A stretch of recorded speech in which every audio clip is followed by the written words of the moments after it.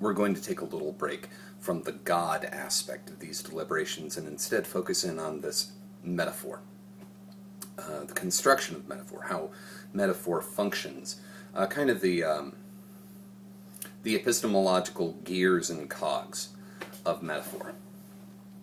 When I say a red rose is a falcon, I am making an A to B comparison wherein A is not congruent with B, but I'm saying that they are.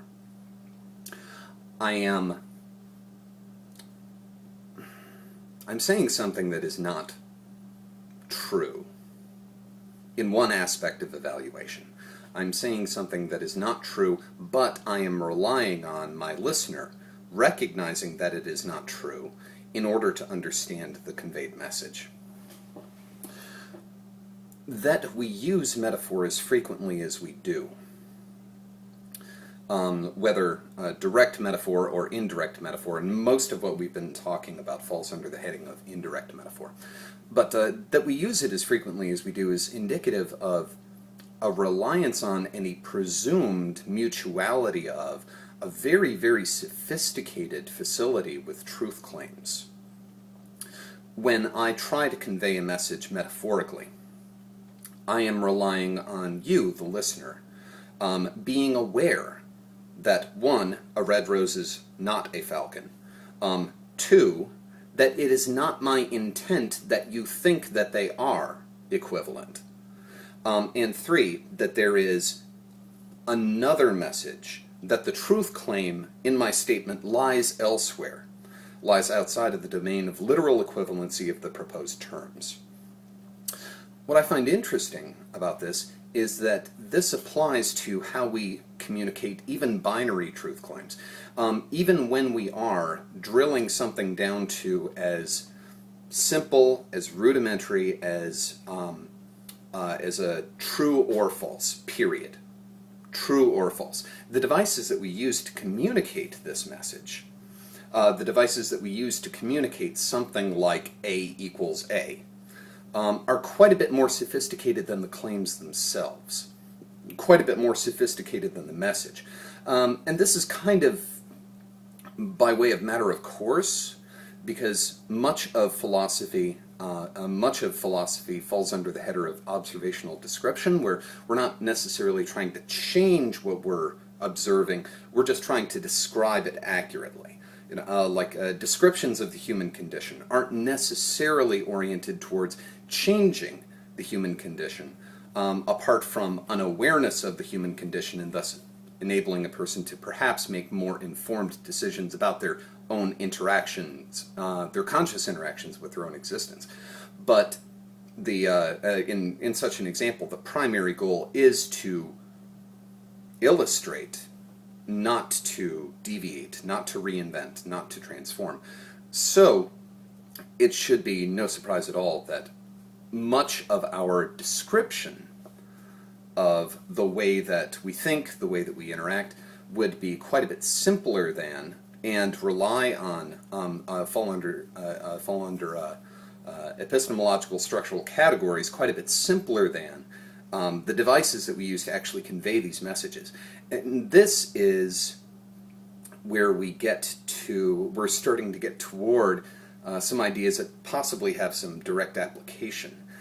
Recognizing that we are generally more capable, more agile, more sophisticated, using truth, interacting with truth claims, using truth claims, and building complex structures of truth claims, of which metaphor is one example, than we are in describing truth.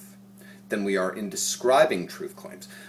When we are communicating, when we're interacting, one aspect of that interaction is the collaborative building of these very, very elaborate structures of truth and falsehood, like a metaphor.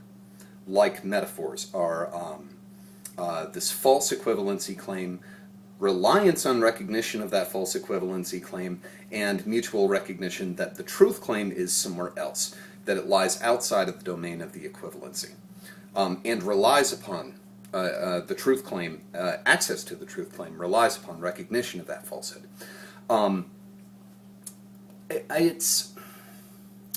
We are so much better at doing truth than we are about talking about it. And for the most part, that's just fine. It does get a little sketchy when we start getting into prescriptive and proscriptive truth claims.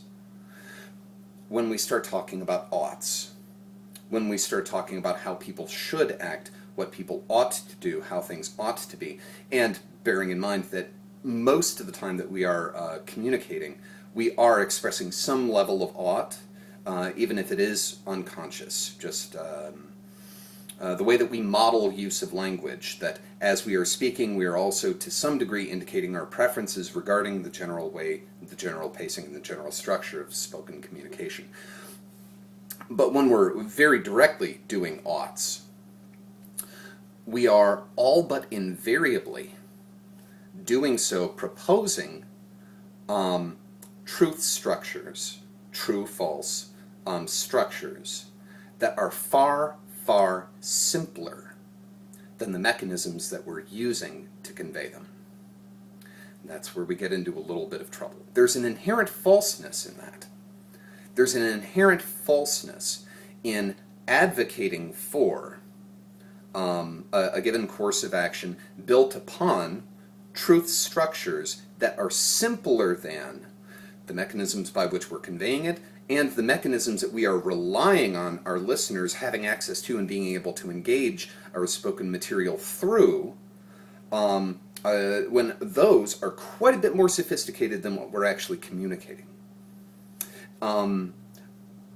We wind up in this kind of frictional trap where we have, on the one hand, a simplified, highly stylized notion of truth, what is true, how truth is represented, and that is the domain in which, from which we exposit our oughts. But at the same time, we have a much more gradiated, a much more nuanced, and a much more multi-textured domain of, or style of, or type of truth structure, which is how we're actually conveying these ideas.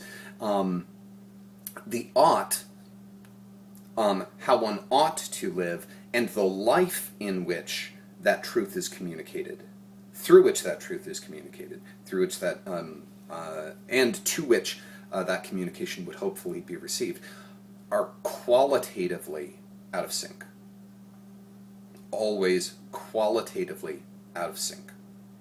This is not to say that we should not be engaging in the practice of conveying oughts, because I think there's quite a bit of value in oughts.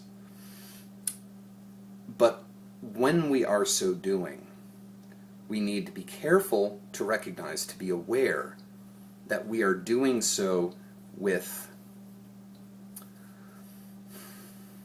a layer of almost self-negating artificiality, and that by virtue of this, the distance between the kind of truth structure that our prescriptive speech outlines and the kind of truth structure that the language we're using to convey it, and the relationship to language that a listener is receiving it in, the distance between those is very, very much like the distance between two articles in a metaphor.